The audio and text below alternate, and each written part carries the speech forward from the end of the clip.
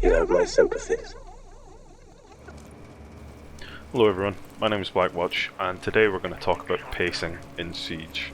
So, adapting to the enemy's strategies and to things that happen in game that give you information about how a match is going to go is key to being able to win in ranked and being able to win in any part of the game. But the big issue is that a lot of the time teams will be given information by the way that a team acts, whether they rush or they keep doing the same thing, they're bringing certain operators, and then the teams that don't react are the ones who are going to end up losing. So if you're a player who's relatively new to the game but you have an understanding of why your team is doing badly in a situation, don't be afraid to call it out and address it, because if you don't, maybe nobody else will either, and then you're not going to end up winning the game. A lot of the time it can be really clear, but it just takes that one person to go, well, hold on a minute guys, they keep on bringing, I don't know, Zofia or someone who's got a certain type of utility and we could counter it but we're not, so let's sort that out. But this also applies to the pace of the game. So obviously pacing's dictated by whichever team is winning, generally speaking, because they're the ones that are establishing the pace that wins the round. So they could be going really fast and aggressive, they could be slower, more methodical, taking time to plan out breaches and certain matches of gadgets which could work in their favour. This works more on offense, but it can still apply to defense. And pacing tends to be affected by the kills, who's been killed and when. Early kills obviously tend to encourage whichever team to become more aggressive. That's a good thing and a bad thing. Territory is another thing. If you are defending and you're giving away territory too quickly, out of fear of dying, then you could potentially be allowing the enemy team to snowball and gain that momentum that allows them to increase the pace and put more pressure on your team that they might not be ready to adapt for, especially if that position you've given up just because you're worried about dying is a position that is needed to keep the round safe, at least long enough for your team to be able to outlast the enemy team. It's also affected by aggression, whether or not someone is taking the time to actually drone positions before they push. This is something that can be quite easily punished, but it's also something that a lot of the time goes unpunished because there's not someone there to punish that person for the lack of awareness. Either that or they're playing on console and they're using a mouse and a keyboard, and then you've just got no chance at all. And then the other one is passiveness. A lot of the time attackers will lose rounds because they spend half the round on the rooftop scanning for enemies and hoping for a frag without having to make moves. Too many times you see teams bogged down by droning a spot and then doing nothing about it, or throwing utility and then not taking advantage of the utility that they've used. It's just a bad trade, and it's something that leads to rounds that go on for a long time and never really end up going anywhere. So, how do you deal with these different teams and the way that they're doing? Because I'm not saying that a passive defense or a passive offense is going to lose, because if they're doing it in the right way, where they're not being aggressive but they're just allowing themselves to slowly but surely get themselves into a position where they can basically just set off their big master plan, you need to be able to deal with that. And so I'm going to give you some basic counters to these types of offense and defense, and hopefully it'll give you a general idea of what you can do in those situations and how you can shut them down. So if someone's being aggressive in defense, getting runouts, getting roamers who are willing to take every single fight that's presented to them, and they're not just looking to flank, they're looking to fight people head on, drones are always good. Because if someone is aware that they're being watched, then they're going to start moving around. And if they don't move around, it's because they're confident in their gunfight abilities, which is where the next thing comes in that can counter those people, and that's numbers. And I'm not talking about Sledge walks in, gets shot, followed by Finka, followed by whoever. I'm talking about numbers that are creating choke points, or points that lead to crossfires, essentially. You don't want two people moving into the same entry point and hoping that they don't get double killed. You want to say, right, okay, I'm going to come in from this door, we're going to move in on this point of the clock, and you move in from the other door. That way, when he's looking at me, you're going to shoot him in the back. Problem solved. It's very, very hard to deal with those kind of situations. And, you know, again, unless you're an avid PC user who's very good, or an avid PC user who's never once bought a personal computer and instead prefers to play on Xbox, then you're not really going to have the hardware capabilities to actually deal with those kind of situations unless there's a mistiming. So, create a choke, use numbers, use drones. The other thing is, use safe entries. You don't have to push into the contestable points within a map to start aggressing. You can just enter into a point in the map that is essentially void in terms of the play area that you're actually occupying and the site that you're attacking. Because as long as you're inside the map, you can then start building a platform. You're at your worst as an attacker when you're not in the building, generally speaking.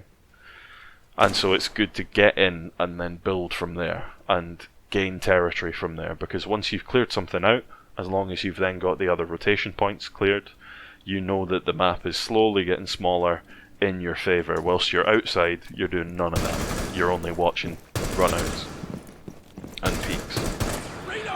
And the other thing you can do, which a lot of people don't do, which is foolish, is to have a little check on site if you're seeing the enemy team building a heavy off-site hold. So if you've got a team that's on top floor of cafe and they're setting up all their stuff to fight there, but you know that they're actually defending downstairs in reading and fireplace, or reading dining, whatever it's called, there's no point in engaging with the top if they don't have many people on the site itself. So many times you see folk trying to fight to win territory that they don't necessarily need. Sometimes you will have to engage with that. I know that in the pro scene you have to engage with that, but we are not pro players. We are not likely to become pro players, and so we need to play like what we are, which is ranked players. It's a totally different kind of game, and you need to play it like a totally different kind of game. So, attack the site, play the objective, and you'll probably catch them off guard, because they'll be thinking, oh Christ, I have to rotate now, and in doing so, you're going to hopefully catch them off guard or catch them out of position. Sometimes they'll have stuff set up so that if they do have to rotate, they can do it and they'll have an advantage when they do. But ultimately, you're the one who's in the power position, because you're the one on site who knows where the diffuser is and who knows, generally, where they're going to be coming from. So keep that in mind. If you're dealing with a slow defense that's built by set positions, you know, the classics like a smoke or a warden who's stuck in blue on bank and has a deployable shield and 19 ADSs and a bad disposition and a shotgun. The way to deal with these kind of players and that kind of defense that's very built upon strong positions that they're going to hold is by using your drones again. This is one that just applies to attackers throughout, including certain people that I play with who will not be named. They just don't drone. It's like the strongest part of the attacker's kit objectively is your drone, because it gives you free information. And yeah, they then know that they're having someone coming for them, but unfortunately everyone's size 15 Timbies are loud enough that they're going to be alerted to your presence anyway, so you might as well let them know in advance so that you can hopefully either rattle them and move them out of position, or if you're lucky enough to do it stealthily and they don't know that you're coming, you're going to have that advantage based on the fact that you know that someone is there. The worst thing possible is when someone runs into a building and dies straight away because they didn't know someone was in a place that they didn't expect them to be. Because there's no excuse, because you should have droned, basically. So please always drone. Just a little rant for you there. The other thing you can use to deal with these slow defenses is utility. Utility is there to be used. It's not there to be sat in your pocket at the end of the round. If I'm seeing a Zofia playing and she has all 4 of her shots from her lifeline launcher at the end of the round, she should be hung, because she's not playing properly. And so it applies to all the other people who have utility. It's there to be used, and it's there to be used against people who are going to be stuck in positions where you think, oh, I can't do anything about this because my gun can't interface with this bulletproof wall. Well, thankfully, many other things can. So use your utility and use it effectively, because it will deal with these kind of defences that are just dug in and annoying to deal with. Other thing, verticality.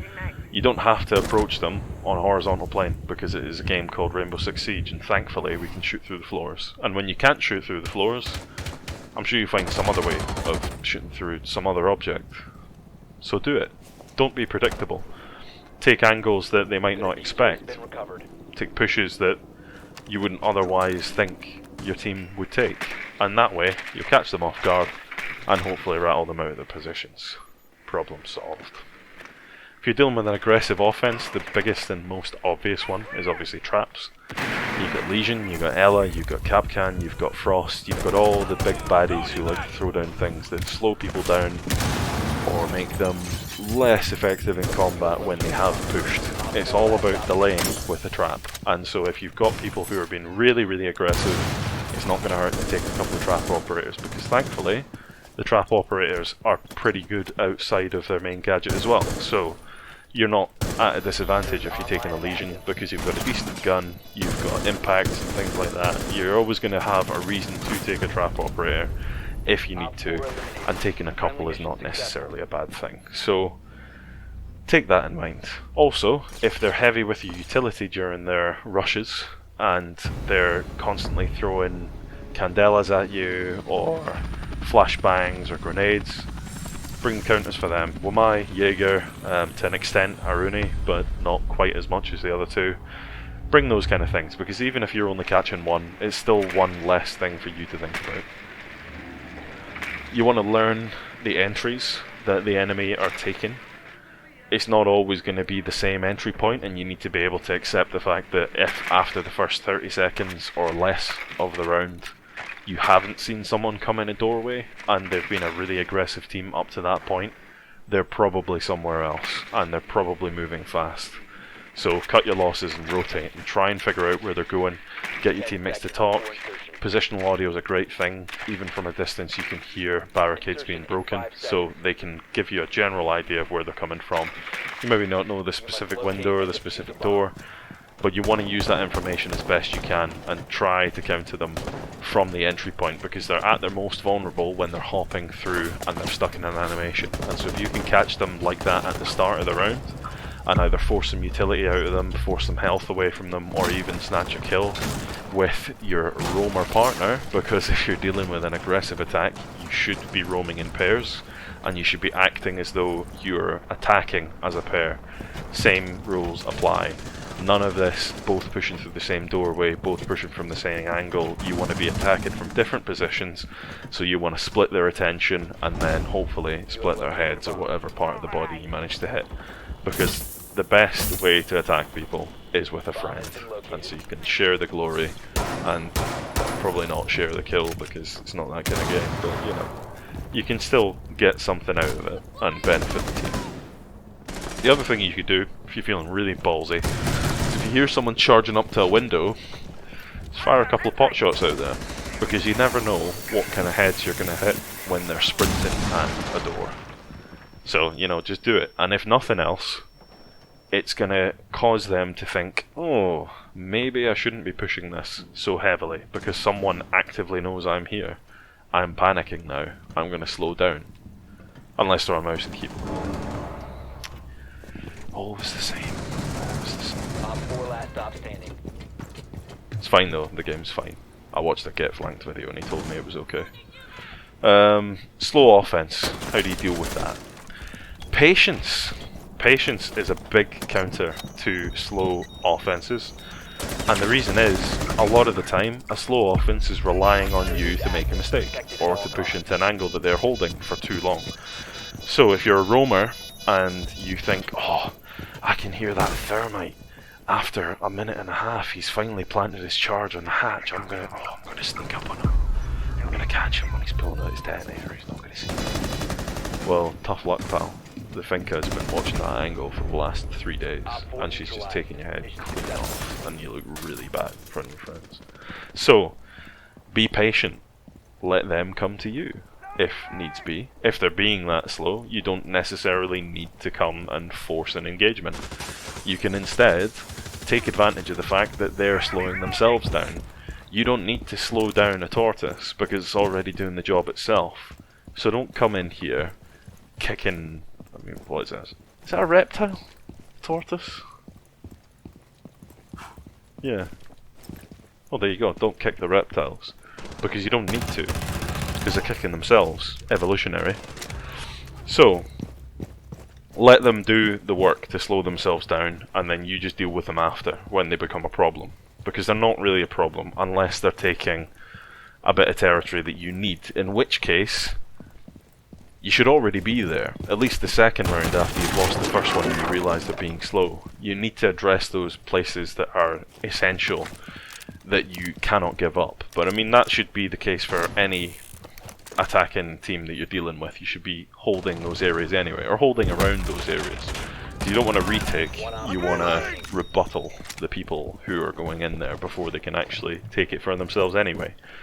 So things like the room above kitchen, VIP in Coastline, with the nice circle chair that looks pretty comfy. You want that one, and you don't want to give it up because you don't want them to have a sledge or a buck or a fuse to just start running rampant up top. You want to make sure that they're dealt with in advance, or at least repelled enough that they're not going to be a problem, or as much of a problem, because they're going to be limited by time.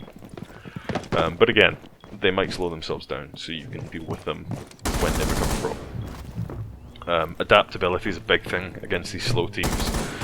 A lot of the time the slow teams will be kind of making it up on the fly, and sometimes because the time is short on them towards the end, they will just do things that you don't expect, and you need to be ready to deal with that and to accept that maybe the strategy you thought they were building towards this whole round has been scuppered by you getting a couple of picks, and those picks then lead to them doing something completely different that you didn't anticipate. So be ready to adapt. Communicate with your team if you think something's happening and there's a fundamental change in the way that the enemy team's approaching a site, then let everyone know so they can deal with it as well. Because you want to be able to address those problems quickly. And the last thing is just further to the point that I made earlier about people holding angles for ages and just waiting for you to come in and get killed. You want to be informed when you're roaming against these kind of slow teams. You don't want to just crouch around the corner ADSing, because I can guarantee you someone who's waiting for you to appear is going to have faster reactions than you just kind of not expecting anyone to be there but just aiming down sights because it's a nice formality and it looks good in a YouTube video. So bear that in mind and try to have your teammates give you information about positions, maybe check cameras yourself, or just listen out. You know, don't be reckless about your roaming in the same way that you shouldn't be reckless about your attacking. You should be trying to make sure that everything you do is backed up by information of some sort. So yeah, there you go. When you're being pressed in a game, you don't have to react straight away unless it is a life or death type situation where you need to make a call. Most of the time you're going to have the opportunity to keep it calm and think before you react. And that's the ideal scenario, is one where every decision you get to make has a chance to really breathe. Because what you don't want is, let's say you're roaming and you're in a fight with one person and you end up then pushing yourself into a choke point between two other people. That's the kind of thing where one wrong turn in the map, or a lack of information about positions, or just a bad choice when it comes to where you rotate to, can be the difference between you getting out of a round and dying early on. So take the pressure, but try to give yourself that chance to really think about the consequences of what your next decision is, or are.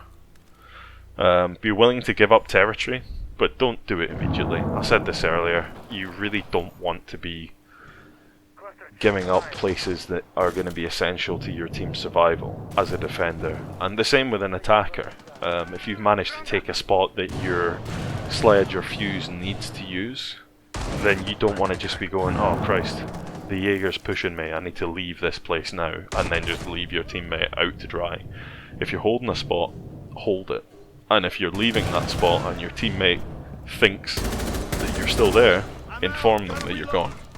Because the last thing you want is your teammate thinking that he has cover when he doesn't, or backup when he doesn't. This happens more often than you think, and it's just a little bit of a courtesy thing to let your team know what's going on with you. Don't mistake aggression for recklessness. Just because you're going fast doesn't mean you have to be dumb about it. You can still drone, or you can get a teammate to drone for you. This is something that happens a lot actually in higher tier play, is you get one person sitting back on drone and essentially just escorting an Ash or whoever through the building, so that you've managed to spot them, and you're telling them where they are, your teammate knows where they are, and then they're taking advantage of you or whoever has been spotted. I was saying you as in you're the drone operator. Whoever you manage to spot, you're taking advantage of them being displaced, and you just take them out. It's a boring strategy to play against, but it does work, so consider using that one. And ultimately, the argument of aggression versus passiveness, the best pace is the one that works. Different teams will react differently to different strategies. You could be as rough as you want against one team, going in as fast as you can. They just might brush it off. So be prepared to deal with teams that don't accept a rush the way you think they would, and vice versa. You got to watch for that, be ready for that, and just adapt. Tell your teammates what's going on, discuss how to deal with things, and don't let the game run away with you just because you're not paying attention to the tells that the game is giving you. Use the information and have a good time. And I'll see you in the next video. Do svidaniya, everybody. Bye bye.